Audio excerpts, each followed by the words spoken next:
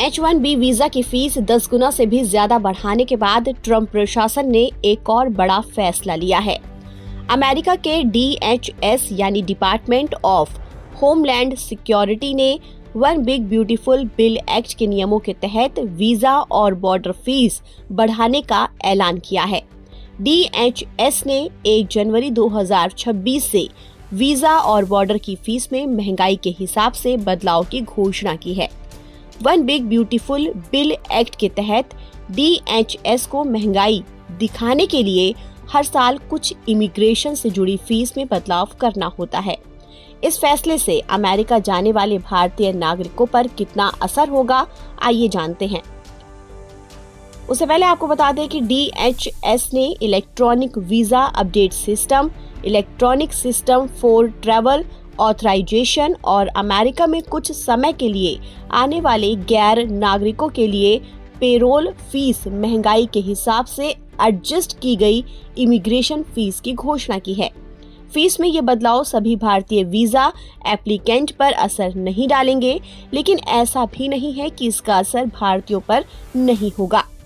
America के Trump प्रशासन का वीजा और बॉर्डर फीस बढ़ाने का फैसला खास तौर से ऐसे भारतीयों पर असर डालेगा जो वीजा वेवर प्रोग्राम का इस्तेमाल नहीं करते।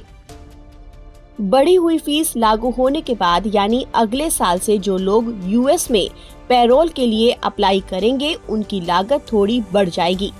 पैरोल बिना वीजा या फॉर्मल एडमिशन स्टेटस के अमेरिका में आने और कुछ समय रहने की इजाजत देता है।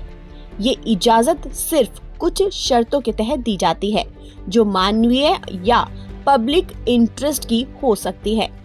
DHS ने बुधवार को जारी अपने नोटिस में कहा है कि फाइनेंस ईयर 2026 के लिए form I-94 arrival departure record application की मौजूदा फीस में कोई बदलाव नहीं होगा। ये $30 थी और वही रहेगी। US customs and border protection उन सभी विदेशी विजिटर्स को एक electronic form I-94 arrival departure record देता है, जिन्हें कानूनी तौर पर आने पर इसे जमा करना बेहद जरूरी होता है। CBP की ओर से जारी फेडरल रजिस्टर के नोटिस में कहा गया है कि पेरोल फीस 1000 से बढ़ाकर $1020 कर दी गई है, जो 1 जनवरी 2026 से लागू होगी। तो वहीं electronic system for travel authorization fees थोड़ी बहुत बढ़ी है, इसे $0.27 बढ़ाया गया है। इससे भारतीयों पर असर नहीं होगा, क्योंकि भारत वीजा वेवर प्रोग्राम का हिस्सा नहीं है। बता दें कि ईस्टा एक ऑनलाइन सिस्टम है।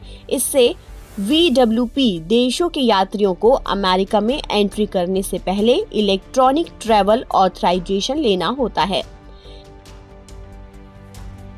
आपको बता दें कि इसी साल 4 जुलाई को डोनाल्ड ट्रंप ने one big beautiful bill act पर साइन करके इस कानून को बनाया है।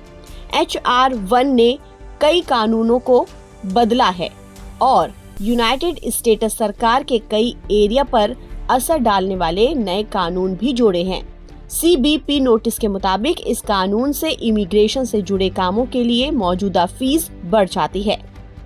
ट्रंप प्रशासन के इस नए फैसले से ये तो साफ है कि आने वाले समय में अमेरिकी इमिग्रेशन सिस्टम और भी ज्यादा सख्त और महंगा होने वाला है। ताज़ा अपडेट के लिए आप बने रहिए नवभारत टाइम्स के साथ।